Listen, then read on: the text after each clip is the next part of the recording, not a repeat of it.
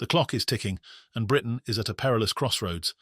Will the nation align with the United States and solidify its historic special relationship, or will Keir Starmer's Labour government lead the UK back into the regulatory embrace of the European Union?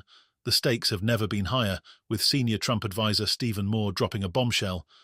Washington is losing patience, and a potential free trade deal with the UK could be scrapped if the nation pivots back toward Brussels. This isn't just another political squabble, it's a full-blown battle for Britain's economic soul. On one side is a promise of free market growth with the United States, a bold move toward independence and prosperity.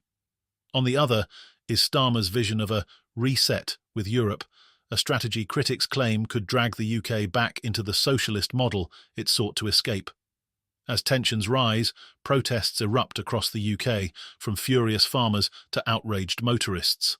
The question remains, what path will Britain choose? Stephen Moore has delivered a sharp warning to Downing Street, insisting that the United States is far less likely to engage in trade negotiations if Britain cozies up to the EU. With Donald Trump poised for a political resurgence, his team is making it clear, Britain must pick a side. Meanwhile, Labour's domestic troubles are piling up, with farmers taking to the streets and a new pavement parking ban stoking nationwide outrage. Stay tuned for the full story. It's messy, scandalous, and downright chaotic. Like and subscribe for more of the drama unfolding in real time. Stephen Moore, one of Donald Trump's closest economic advisers, has issued an ultimatum that has sent shockwaves through Westminster. In his most direct remarks yet, Moore accused Keir Starmer's Labour Party of dragging Britain back toward the EU and jeopardising any hope of a trade deal with the United States. "I've always said that Britain has to decide, do you want to go towards the European socialist model or the US free market?" Moore declared, leaving no room for ambiguity. Moore's comments come as the United States positions itself for another round of aggressive trade negotiations.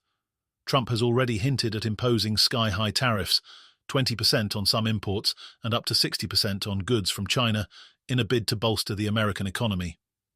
For Britain, the message is clear: align with the US to secure a favourable deal or risk being sidelined. Starmer's position on Europe has been a lightning rod for controversy. On one hand, he insists that Labour has no intention of reversing Brexit or rejoining the single market.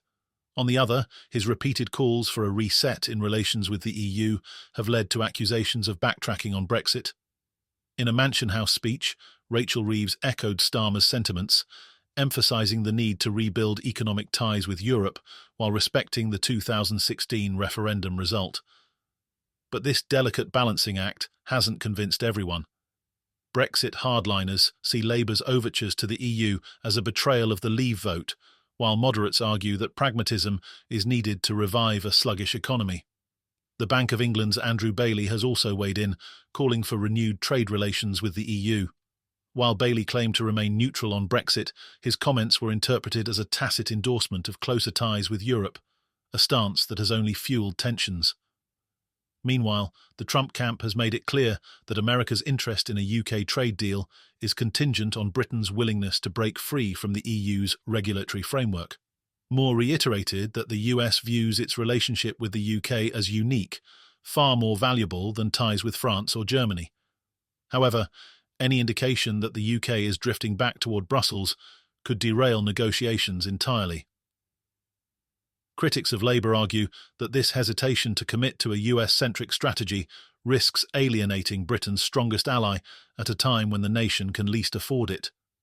Moore's rhetoric has only intensified this divide, framing the decision as a binary choice between freedom and what he describes as the European socialist model.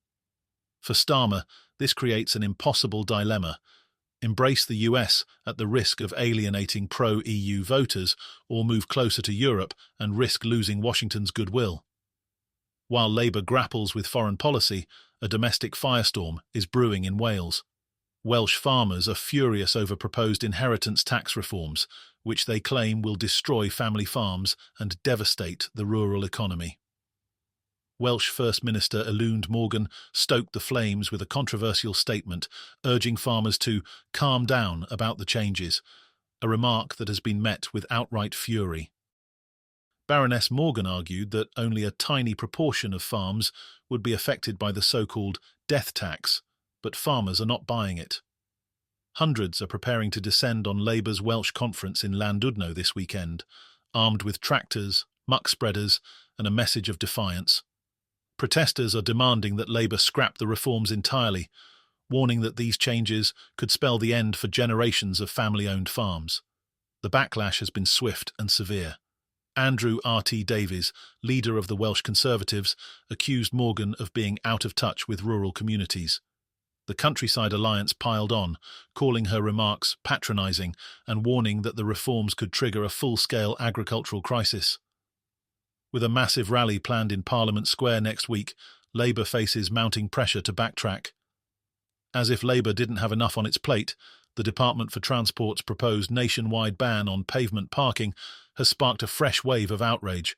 The plan would extend London's strict parking rules to the rest of the UK, hitting drivers with £70 fines for blocking pavements.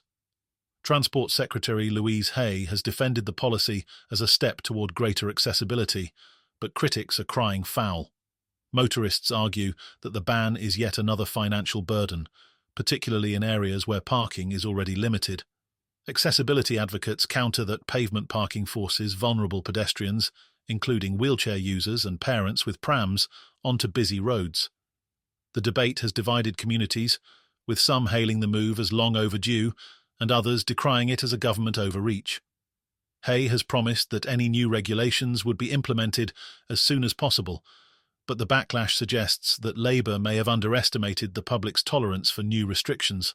For a party already battling crises on multiple fronts, this controversy adds yet another layer of complexity to an already fraught political landscape.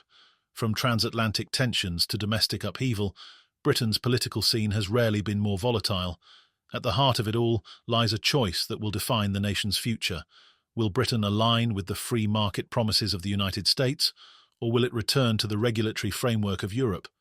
Trump's team has made their expectations clear, but Starmer's cautious approach risks alienating both Washington and Brussels. Domestically, Labour's troubles are mounting. From the fury of Welsh farmers to the backlash over pavement parking reforms, the party faces challenges that could erode its support among key constituencies. For Starmer, the stakes couldn't be higher. Will Labour emerge from these crises stronger, or will these scandals prove insurmountable? One thing is certain, the drama is far from over. Britain's path forward remains uncertain, and every decision carries the weight of history. Stay tuned as the story unfolds. It's one you won't want to miss. Stay tuned, don't forget to subscribe to the channel. Peace.